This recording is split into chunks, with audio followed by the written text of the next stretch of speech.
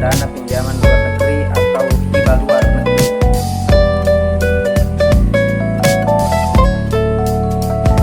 Nah, yang pertama, pengadaan barang atau jasa dalam rangka penanganan keadaan darurat.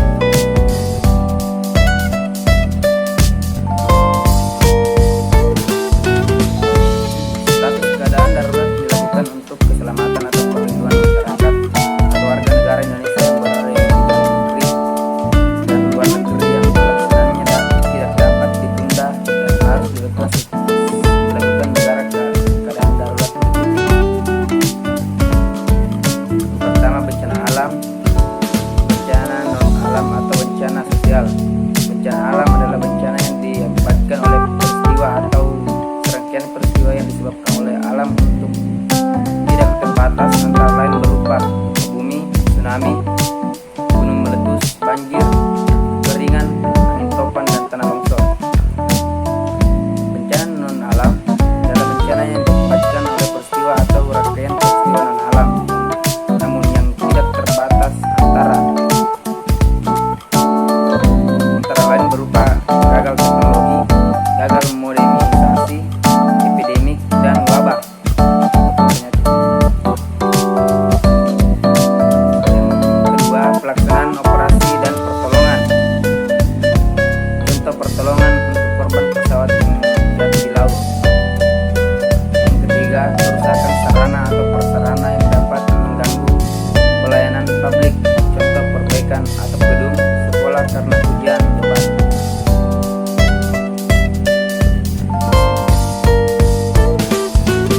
Selanjutnya, bencana alam, bencana non alam, bencana sosial, perkembangan situasi politik dan keamanan di luar negeri. Contoh evakuasi WNI dan negara yang sedang mengalami peperangan. Selanjutnya, pemberian bantuan kemanusiaan kepada negara lain yang terkena bencana. Contoh bantuan kemanusiaan terhadap pengungsi. Adapun ruang lingkup keadaan darurat meliputi siaga darurat, tanggap darurat, transaksi darurat sampai pemulihan. Adapun proses pengadaan barang dan jasa untuk penanganan keadaan darurat. Pertama, PPK menunjuk penyedia terdekat yang sedang melaksanakan kegiatan pengadaan barang atau jasa sejenis atau pelaku usaha lain yang dinilai mampu dan memenuhi kualifikasi untuk melaksanakan kegiatan pengadaan barang atau jasa sejenis.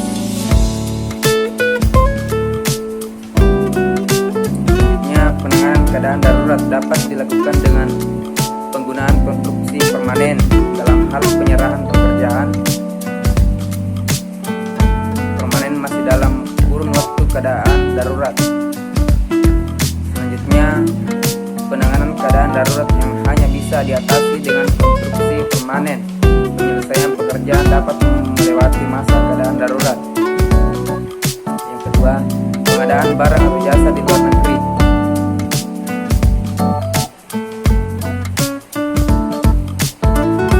Peraturan presiden ini dapat dijadikan acuan tanpa dijadikan rujukan secara detail pasal demi pasalnya. Maka metode pengadaan yang bisa diaplikasikan disesuaikan dengan kondisi pasar negara setempat. Adapun contoh kondisi pasar beberapa negara antara lain: yang pertama, pengadaan peralatan kantor di kantor konsultan jenderal ataupun konjen Indonesia di Jeddah, Arab Saudi. Kondisi pasar yang ada di Arab Saudi tidak mengenal tender atau seleksi, sehingga tidak terbiasa mengisi dokumen kualifikasi dan dokumen penawaran. Pelaku usaha hanya menunggu pembeli. Kondisi demikian tidak tepat dilakukan dengan tender ataupun seleksi. Pemilihan yang paling tepat adalah dengan menunjukkan langsung kondisi pasar di Arab Saudi. Pasti berbeda dengan negara lain seperti di Belanda maupun Jepang, sehingga perlu penyesuaian di setiap negara. Kedua, pencetakan surat suara untuk Pilpres untuk warga negara Indonesia di Taiwan yang dilakukan oleh kantor Dagang Indonesia di Taiwan senilai 2 miliar, dilakukan melalui tender dengan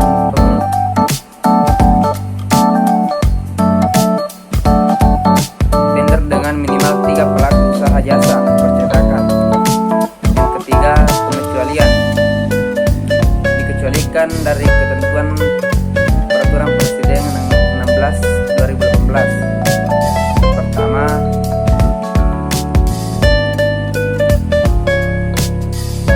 pengadaan barang atau jasa pada Badan Layanan Umum atau BLU. BLU adalah instansi di lingkungan pemerintah yang dibentuk untuk memberikan pelayanan kepada masyarakat berupa penyedia barang atau jasa. Pada badan layanan untuk diatur tersendiri dengan peraturan pemimpin. Badan atau jasa pada badan layanan untuk diatur tersendiri dengan peraturan pimpinan badan layanan umum. Instansi pada pemerintah disebut badan layanan umum, contohnya RSUP persahabatan. Sedangkan pada pemerintah daerah disebut badan layanan umum daerah atau BLUD. Contohnya RSUD Koja di Jakarta Utara. Selanjutnya, pengadaan barang atau jasa berdasarkan tarif yang dipublikasikan secara luas kepada masyarakat. Contohnya penyedia listrik, telepon, dan langganan koran. Pengadaan barang atau jasa dilaksanakan sesuai dengan praktek bisnis yang sudah mapan. Contohnya jasa hotel, jasa pendidikan atau kursus, pelatihan dan pembelian bahan bakar minyak ataupun BBM. Selanjutnya, pengadaan barang atau jasa yang sudah diatur dalam peraturan perundang-undangan lainnya. Contohnya pengadaan untuk penyelenggaraan Asian Games yang diatur berdasarkan peraturan Presiden nomor 48 tahun 2017. Yang keempat, penelitian.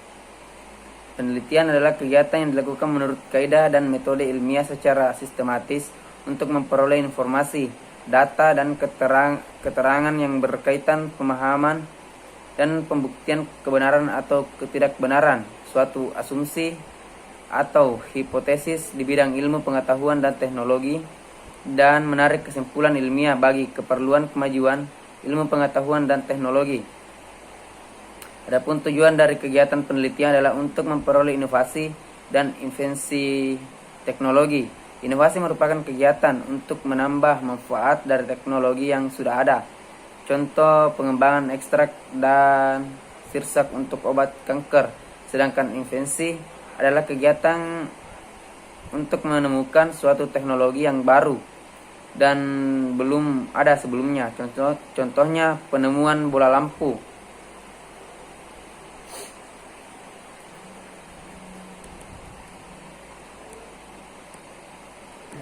Selanjutnya, adapun metode pemilihan pelaksanaan penelitian, yaitu yang pertama, kompetisi yang dilaksanakan melalui seleksi proposal penelitian oleh tim ahli di bidangnya yang dibentuk Kemenristekdikti. Contohnya penelitian yang telah dimuat di rencana strategis penelitian KLD.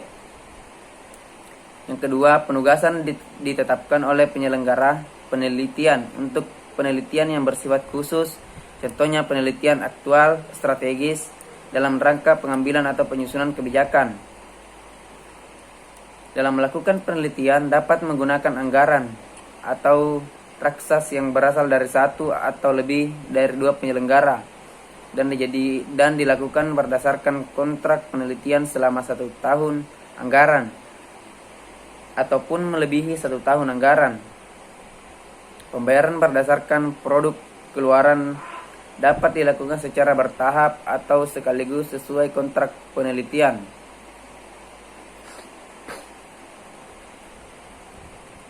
Di tahap kegiatan penelitian terdiri dari 1. Pengusulan baik untuk proposal baru maupun lanjutan. Yang kedua, seleksi proposal yang meliputi evaluasi dokumen proposal baru dan lanjutan, pemaparan dan pembahasan proposal, kunjungan lapangan, dan penetapan penugasan. Yang ketiga, penugasan meliputi kontrak penugasan, pelaksanaan penguasaan atau pengisian cetakan, harian laporan kemajuan, penggunaan anggaran, monef internal dan eksternal. Yang keempat, pelaporan meliputi laporan tahunan akhir, laporan penggunaan anggaran, seminar hasil, laporan hasil harian.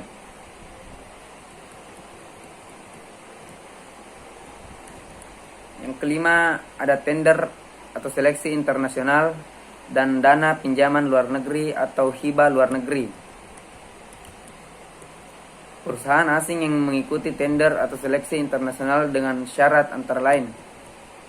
Yang pertama, kerjasama usaha dengan perusahaan nasional dalam bentuk konsorsium atau subkontrak, atau bentuk kerjasama lainnya dalam pembuatan suku cadang dan pelaksanaan pelayanan penjualan.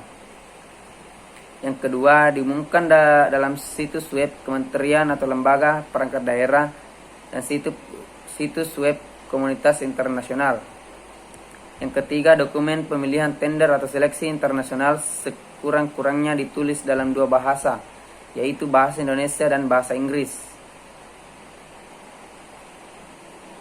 Yang keempat, pembayaran kontrak melalui tender seleksi internasional dapat menggunakan mata uang rupiah atau sesuai dengan peraturan perundang-undangan. Nah, mungkin hanya itu yang bisa saya sampaikan. Saya akhiri, wabillahi taufiq wal hidayah. Wassalamualaikum warahmatullahi wabarakatuh.